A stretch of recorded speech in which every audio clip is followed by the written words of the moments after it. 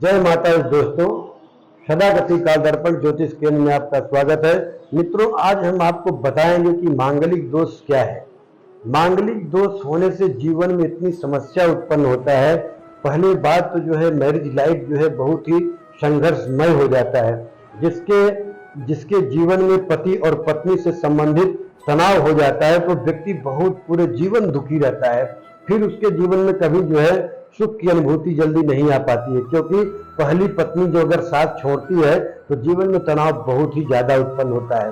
तो मित्रों, मैं आपको इस विषय में आज बताऊंगा कि अगर आपका मंगल पूर्ण मंगली है कि आंशिक मंगली है या मंगली है भी कि नहीं है, उसके विषय में आज हम आपसे चर्चा करेंगे। मित्रों, अगर आपकी जन्म कुंडली में मंगल 1, 4, 8, 7 और 12 में होगा तो आपकी जन्म कुंडली जो है मांगलिक होगी। बोला गया कि लग्ने व्यय के पाताले जा मित्रे चष्टमे कुज कन्या भरत विनाशाय भरत कन्या विनाशकृत।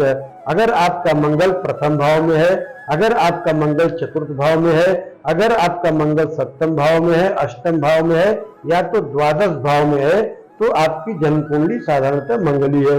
उसके साथ साथ आपको देखना है कि चंद्र कुंडली से भी अगर मंगल आपका इन्हीं भाव में बैठा होगा तो भी मंगली है।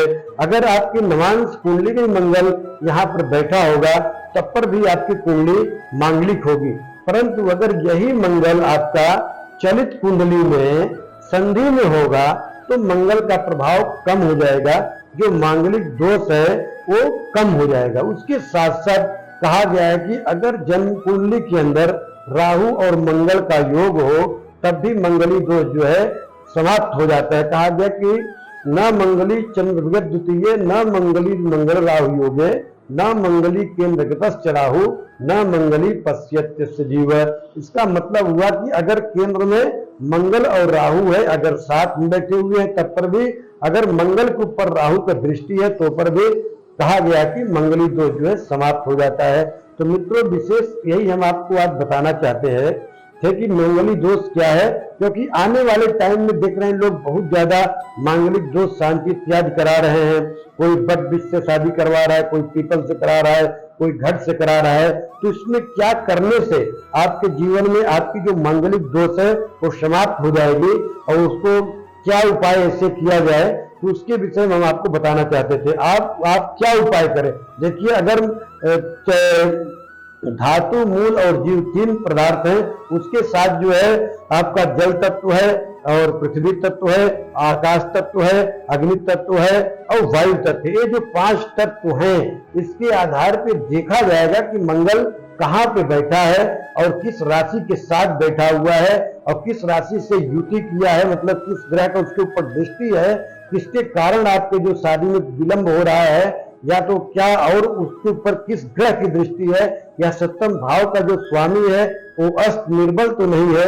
ये सारे चीज देखने के बाद आपको ये देखना है कि मंगल जिस राशि में बैठा हुआ है, अगर मंगल जल तत्व में बैठा हुआ है तो आप जान जाइए कि आप चाहे जितना उसका शांति करने में आपको फायदा नहीं होगा।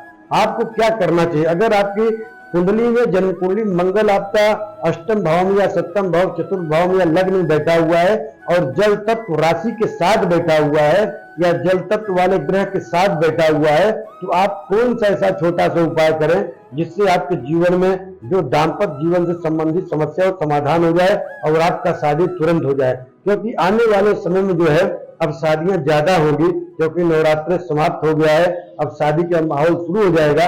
तो आप इसका जल्दी से उपाय करेंगे तो आपको निश्चित तौर पे आपको सफलता मिलेगा और आपका जो मैरिज लाइफ है और या अगर आपके शादी में विलंब हो रहा है तो जल्दी आपका होने की संभावना बनेगी। जय माता दी।